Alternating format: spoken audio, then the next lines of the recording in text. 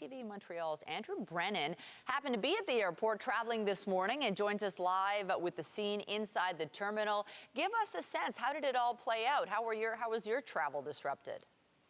Well, I was one of the last few people that was let across from mainland to the island. And when I first got here, things did not seem altogether right. The lineup of cars usually can be busy during non-COVID times, but it was packed all the way back to Queens Quay. So I walked past, they'd already shut down the elevators in the tunnel. And I got here, and what I'm just going to do is I'm going to turn around so you can see all of the first responder vehicles that are just leaving now. They only just got the go-ahead to be able to leave the island a few minutes ago. And passengers have been told that this was a medical device inside of a carry-on that resulted in this disruption.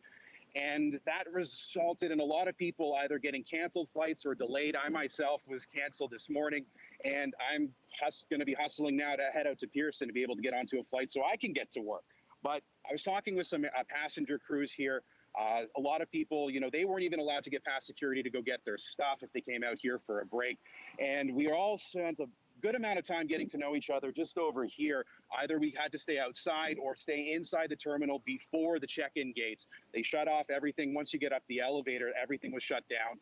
And we just were sort of sheltering in place those that were able to get across, and everyone else after about 8:15, 8:20 were told to turn back and wait around. So things are getting back to normal now. There's a trickle of passengers that are getting off of the ferry. They're bottlenecked a little bit as well on the other side, Michelle, because of COVID protocols, you can only get 5 people into an elevator. But Porter is saying slowly but surely they are going to get everyone onto a flight. They actually had a customer service agent promise that everyone was going to fly out of here today.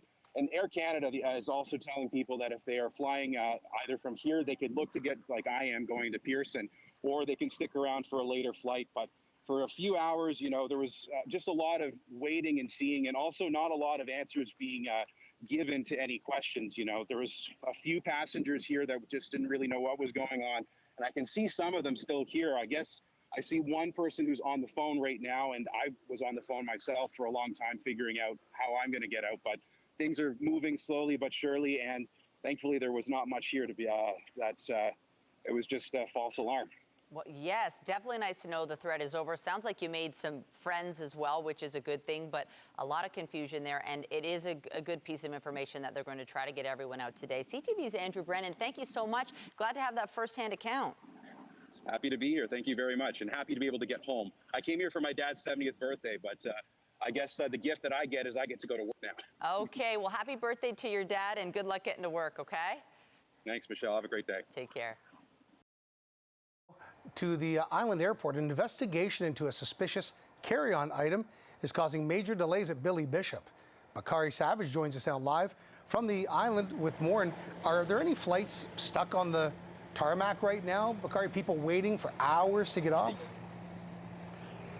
Yeah, so George, I just got this statement from Ports Toronto maybe 3 minutes ago. But just bear with me, I'm going to read this, and then we're going to go to a live FaceTime interview with someone who is waiting on the island right now. So, quote, at approximately 7:20 this morning, the Canadian Air Transport Security Authority, CATSA, identified an item of concern in a passenger's carry-on luggage.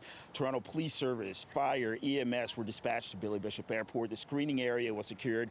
Passenger terminal was evacuated. Explosive disposal unit of Toronto Police Services retrieved the item, conducted a full investigation, and have confirmed that the item is a medical device and not a threat to public safety. Passenger screening will restart in the next few minutes, unquote, right there. And that goes along with the movement of passengers that we've just seen here in the past few moments. Right now, I'd like to bring in Andrew Brennan. He is a reporter with our sister station, CTV. He was here for his dad's 70th birthday, getting ready to fly back to Montreal, but not so fast, right, Andrew?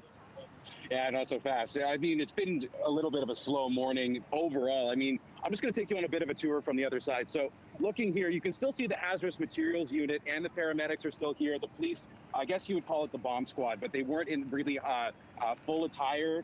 They've been here since about 8 o'clock this morning. I was one of the last people that was let off I let on to the island, I should say. They closed the ferries right after, and they started stopping people moving along the tunnel as well. Now the only way for the longest time, it was only going one way as of about 10 o'clock. They were trying to get people off.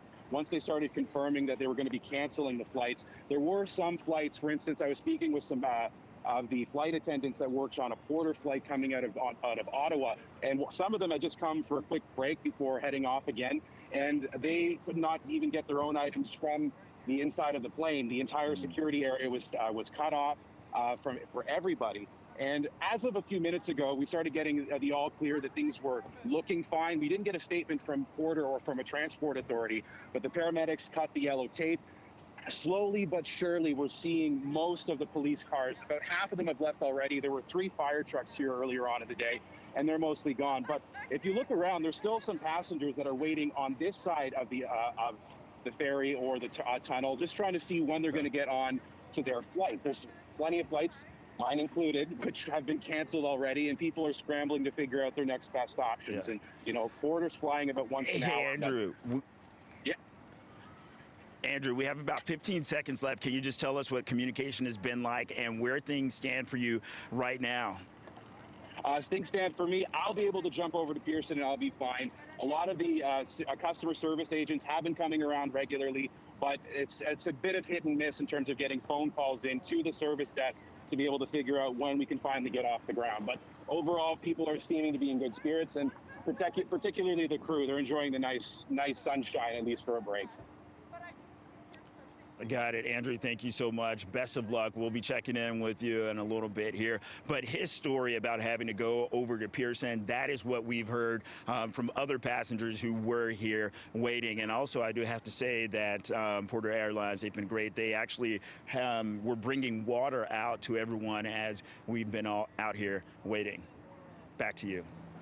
Bakari, thanks for that update. Great stuff. Appreciate it.